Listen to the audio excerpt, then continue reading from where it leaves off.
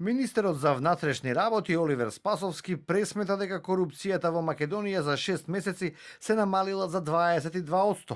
Тој на својот Facebook профил објави дека тоа се должи на посветената работа на институциите. Спасовски пишува дека се спроведени 50 на кривични постапки, а за 80 лица се кривично пријавени.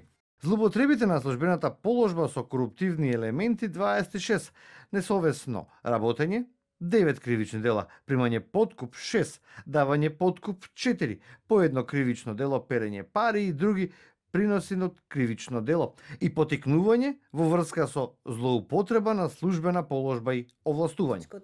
Убаво е да се слушне ваква информација која вели дека се намалува корупцијата, вели за ТВ24 Билјана Ивановска, председателка на антикорупцијската комисија, но нема доволна потврда како е тоа пресметано. Според неа во земјава не постои политичка волја да се тргне кон сузбивање на корупцијата. Ивановска ова тврдење го покрепува со податокот дека во 2021 година институциите извршиле само 20% од акцискиот план за борба против корупцијата. Лани тоа ниво е намалено на само 10%. Во услови на силно политичко влијание, на злоупотреба на дискреционите овластувања, особено во делот на вработувањата, каде што клучен проблем е отсуството на вработување по мериците, понатамо отсуството на владење на правото, односно присуството на неказнивост, што предизвикува постојано зголемување на недовербата на граѓаните во правосудниот систем, од една страна, а од друга страна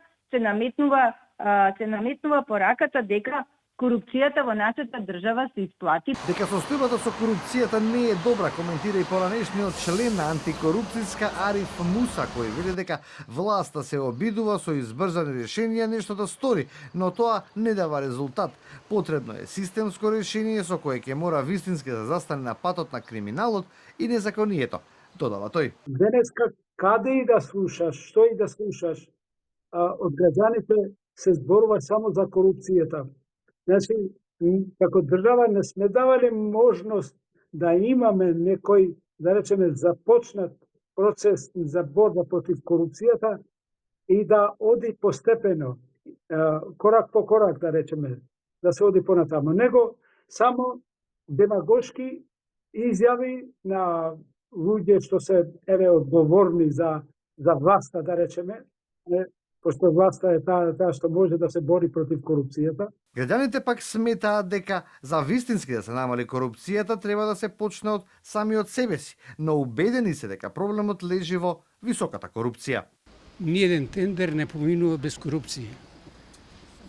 Како им се најде тој памет и за да спечела толкави пари и мања. Јас сум уште од тоа време, родителите ме другачие ме воспитуваа. Тоа е најбитното.